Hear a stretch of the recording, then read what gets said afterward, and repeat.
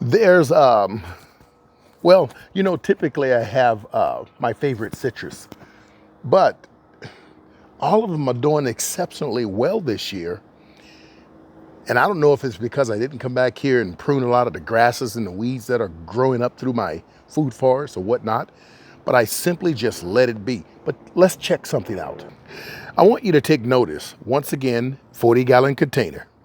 This is my Mexican key lime. We're gonna have to go out here. There we go. Look how wide this tree is. It literally spans about 5 feet wide.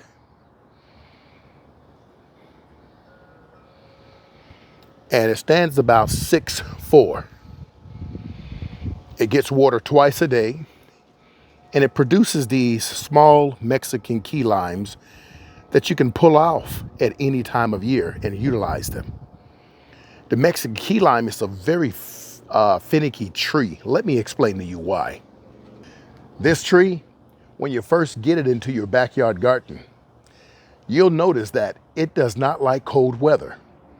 And in the winter months, in its young stage, its infancy stage, it will literally drop all of its leaves. Give the tree time. Make sure you nurture it and pamper it, because after all, the Mexican key lime is much more adaptable than all of these other citrus trees you see here. You don't think I'm? Oh, you don't take me serious, right? Yes, it is. It's more adaptable than all of these citrus trees here. I'll tell you something. These little guys, the aroma, the smell, and the taste is absolutely exquisite. But give it time, and in your second year, you'll see it establish a little bit more.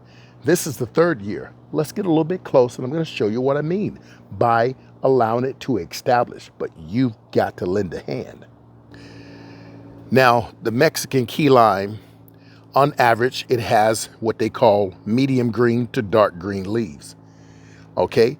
Now, the Mexican key lime is way different than other limes. Let's get a little bit closer, and we're going to get up in here, and occasionally you'll see some of these little guys.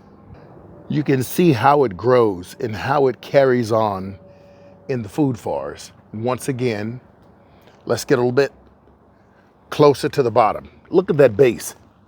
Now this, once again, is grown in a container, but look at the size of that base. This is amazing, right?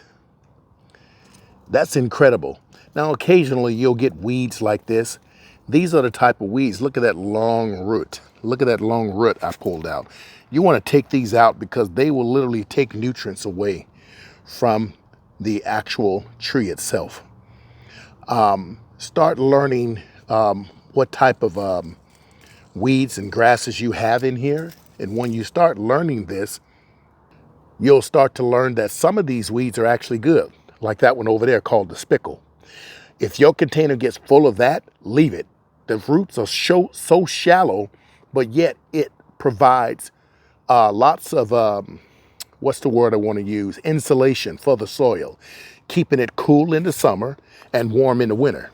So if you got spickle that grows in your containers, leave it alone.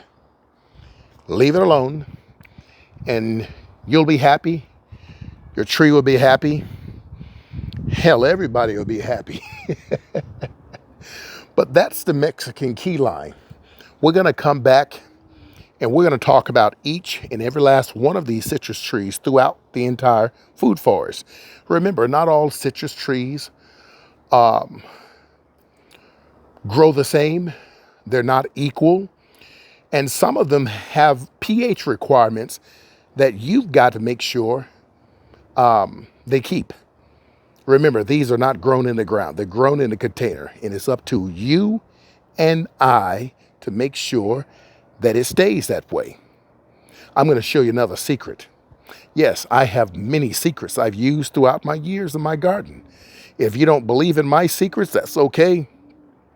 I don't mind keeping them to myself, but you let me know if you'd like to be in on it too. It won't cost you anything. All it'll cost you is to like, comment, and follow. Take care of yourselves. Can't get any better than that. Oh boy.